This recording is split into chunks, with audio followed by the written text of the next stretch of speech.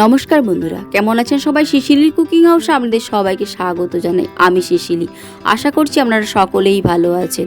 যেহেতু চৈত্র মাস চলছে, বিভিন্ন রকমের ভোগ নিবেদন করতে হচ্ছে, তার মধ্যে আজ একটি অন্যরকম ভোগ নিবেদন করব ভগবানের কাছে। তাহলে চলুন দেরি না করে শুরু করা যাক। ভগবানকে মুড়ির ছাতুর ভোগ নিবেদন করব। তার জন্য নিয়েছি মুড়ি, বাতাসা, কাঁঠালা কলা, দুধ, ঘি আর তুলসী পাতা নিয়েছি। 2 বাটি মুড়ি নিয়েছি, ফুলকো ফুলকো মুড়ি। একটা মিক্সির জারের মধ্যে 2 বাটি মুড়ি দিয়ে ভালো করে গুঁড়ো করে নিয়েছি। খুব মিহি গুঁড়োটা কিন্তু খুব মিহি গুঁড়ো করতে হবে।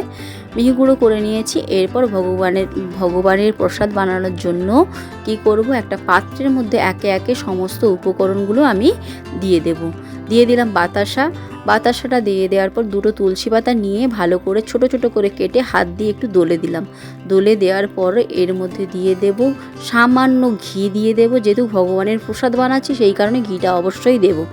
আর দিয়ে দেব 2 বাটি উষ্ণ গরম দুধ দিয়ে দেওয়ার পর বাতাসা, দুধ, ঘি আর তুলসী পাতা ভালো করে এটাকে গুলিয়ে নেব। যেহেতু বাতাসাটা যাতে গলে যায় সেই কারণে গলে যাওয়ার পর আস্তে আস্তে করে 4 চামচের মতো দিয়ে দেব ছাতু।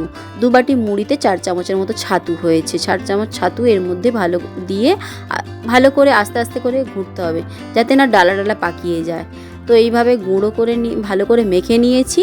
তারপরে আমি কি করলাম, ভগবানের প্রসাদ কিছুটা দুভাবে করব। এটা মাখাটা একটু শক্ত মতো বানিয়েছি, ওটা তুলে নিলাম। এরপর আবারও 1 বাটি দুধ এর মধ্যে দিয়ে দিলাম।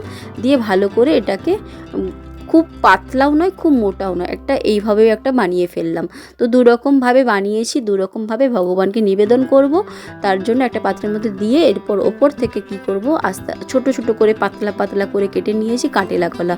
যেহেতু ভগবানকে নিবেদন করব সেই কারণে কাঁঠালা কলাটা আমি ইউজ করছি। এরপর দিয়ে এর মধ্যে দিয়ে দেব তুলসী পাতা দেওয়ার কারণে জানেন আমরা ভগবানের দৃষ্টিতে চলে এলো, এইভাবে করে ভগবানকে নিবেদন করব।